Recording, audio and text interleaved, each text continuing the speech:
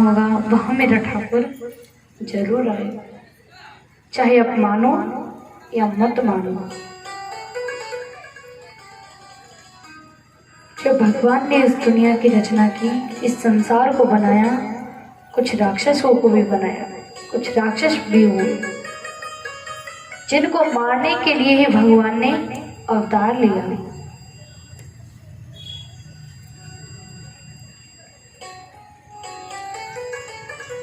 जितने भी राक्षस हुए हैं उन्हीं को मारने के लिए भगवान ने अवतार लिया है। भगवान ने नारी का भी अवतार लिया था, इसलिए जहाँ नारी का सम्मान होगा वहाँ मेरे ठाकुर का सम्मान होगा। क्या जहाँ स्त्री का सम्मान होगा वहाँ मेरा ठाकुर जरूर आएगा। स्त्री का सम्मान प्रत्येक घर में होना चाहिए। हमारे पुराणों में भी स्त्री को पूजनीय माना गया है, इसीलिए हमें भी स्त्री की पूजा करनी चाहिए।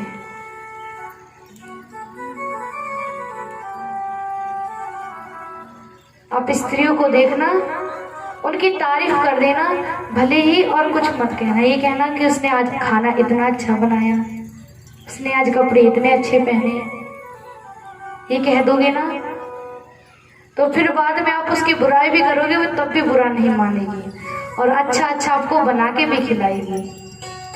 ऐसा ही है ना। प्रत्येक व्यक्ति को अपनी स्त्री की उसकी सेवा करनी चाहिए, लेकिन पत्नी को भी करनी चाहिए। सिर्फ पति ही नहीं, पत्नी को भी करनी चाहिए। बोलिए भाग्य बिहारी लाल की जय। उसके बाद सांवर्तक मणि की कथा है। सत्यभामा और जामवंती के साथ प्रभु का विवाह है। तो जब परीक्षित ने पूछा कि सामंतक मणि आई कहां से, क्या पूछने लगे कि सामंतक मणि आई कहां से, तो मुनि सुखदेव ने कहा, सुनो राजा, एक सत्राजित नाम का राजा हुआ। वो सूर्य नारायण भगवान का भगत था। अब उसने सूर्य नारायण भगवान की तपस्या की है। तपस्या करने के बाद जैसे ही भगवान प्रसन्न हुए तो उसने एक मणि मांगी। उसी मणि का नाम सामंतक मणि था, जो एक दिन में 8 भार सोना देती थी। कितना सोना देती थी? 8 भार। और जिस व्यक्ति के घर में 8 भार सोना हो वो गरीब नहीं है, वो दुनिया का सबसे अमीर आदमी होगा।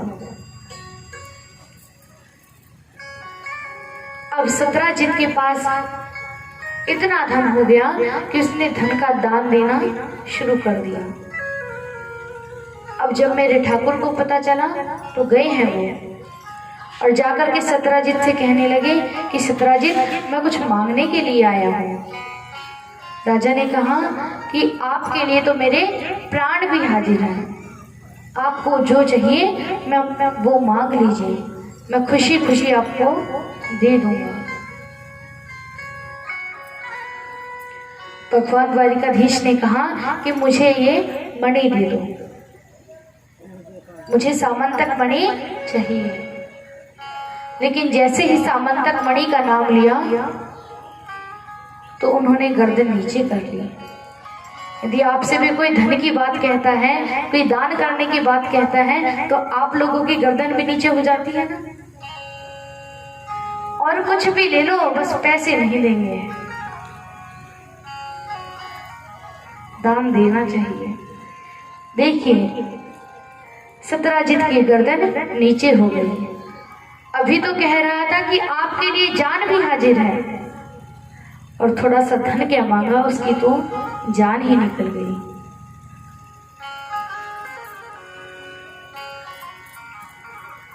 लेकिन ये सारी चीजें किसकी हैं? भगवान की। क्यों? क्योंकि ये धरा भगवान की पत्नी है और सारी चीजें इसी में से निकलती हैं। सोना चांदी ज्वार हर चीज इस पृथ्वी में से ही निकलती है। और यदि हमसे कोई मांगता है तो हम मना कर देते हैं कि मेरी है। अरे हमारा तो कुछ है ही नहीं यार, सिर्फ हम ड्यूटी करने आए हैं। जाना है सबको एक दिन, लेकिन हम लोग मानते नहीं हैं, हमारी बुद्धि खराब है। महाराज जब सत्यराजित ने मना कर दिया तो भगवान तो वहां से चले गए। अब 3-4 दिनों बाद एक घटना घट गई। जो सत्यराजित का छोटा भाई था प्रसन्नेन, वो सामंतक मणि को गले में पहन करके शिकार खेलने के लिए चल दिया। अब जैसे ही शिकार खेलने के लिए गया तो शेर ने प्रसन्नेन को मार दिया और उसके घोड़े को भी मार दिया। जो उसकी गले में मणि थी उसको उतार के वो शेर ले गया। अब शेर जाने लगा तो रास्ते में रिछ मिला। रिछ ने उस शेर को मार दिया और उससे वो मणि लेकर के अपनी गुफा में चला गया। बहुत समय बीत गया। जब प्रसन्नेन नहीं आया तो सत्यराजित को बड़ी चिंता हुई कि वो गया कहाँ। चिंता भाई की नहीं थी, चिंता उस मणि की थी, क्योंकि जो सत्यराजित था, सत्यराजित का भाई छोटा प्रसन्नेन, उसे अपने गले में पहन करके गया था ना। अब सीधा सीधा आरोप लगाया है मेरे ठाकुर के ऊपर। सत्यराजित कहने लगा कि कुछ दिनों पहले द्वारिकाधीश आए थे मुझसे ये मणि मांगने। जब मैंने उन्हें ये मणि नहीं दी तो उसने मेरे भाई को मार दिया और उससे वो मणि ले ली। लेकिन आप लोग जानते हो, जो अच्छी बात होगी वो धीरे धीरे फैलेगी, लेकिन जो बुरी बात होगी वो आग की तरह फैल जाएगी। ऐसा ही है ना। अच्छी बात होगी तो उसे बस 2-4 व्यक्ति ही जानेंगे, लेकिन बुरी बात होगी तो सभी व्यक्ति जानेंगे। वो आग की तरह फैलते हैं। जब भगवान को पता चला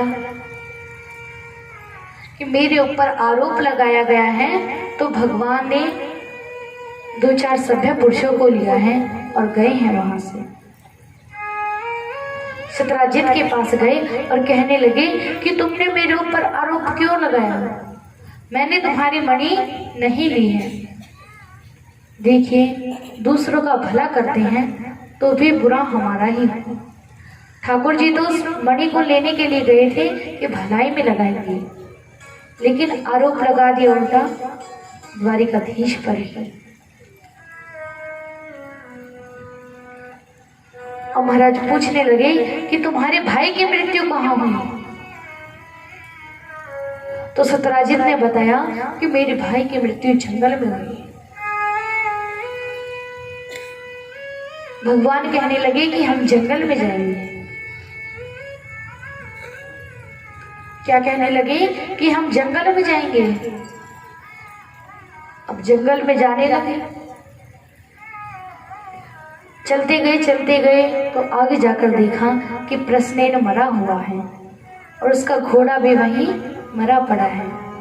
मणि को ढूंढा कि मैं मणि कहीं गले से गिरकर नीचे तो ना गिर गई हूँ, लेकिन मणि भी नहीं मिली।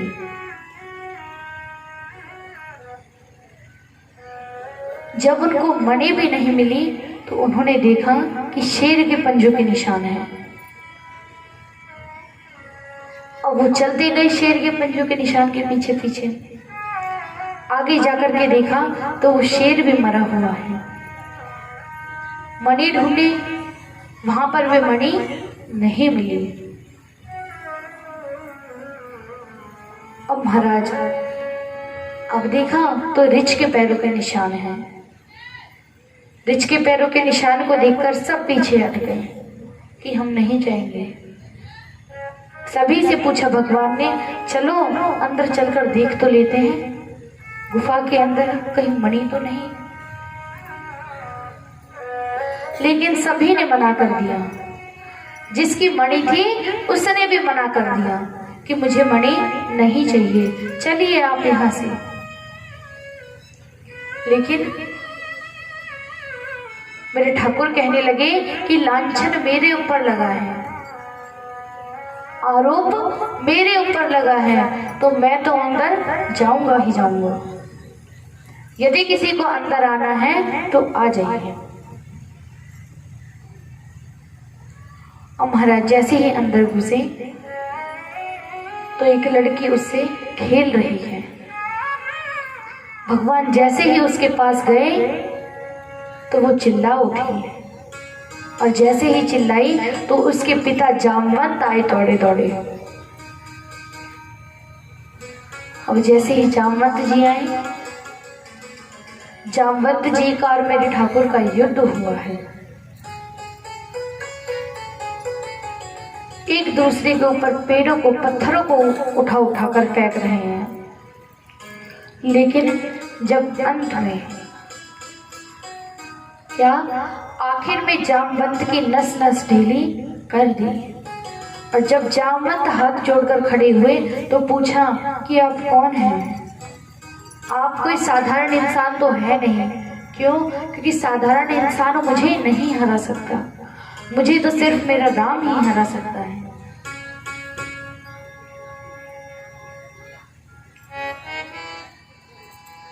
कहने लगा कि मैं किसी और से नहीं हार सकता, सिर्फ वही मुझे हरा सकता है।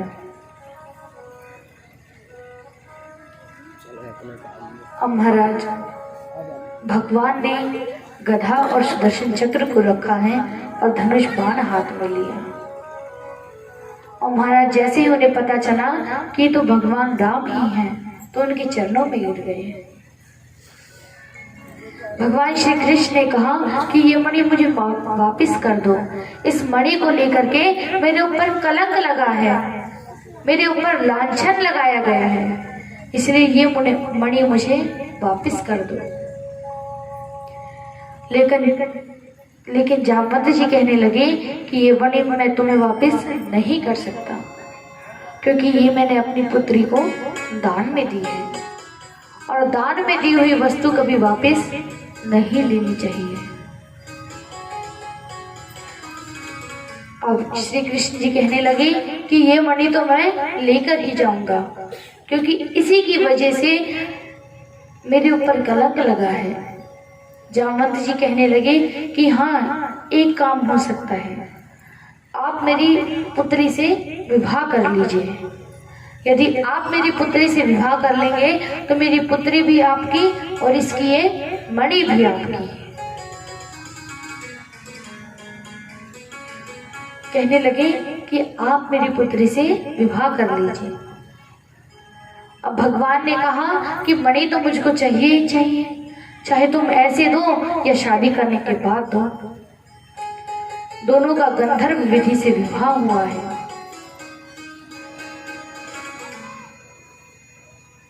जिसकी प्रीत एक बार मेरे ठाकुर से लग जाती है ना, उसे फिर वो छोड़ता नहीं है। मेरी लगी शाम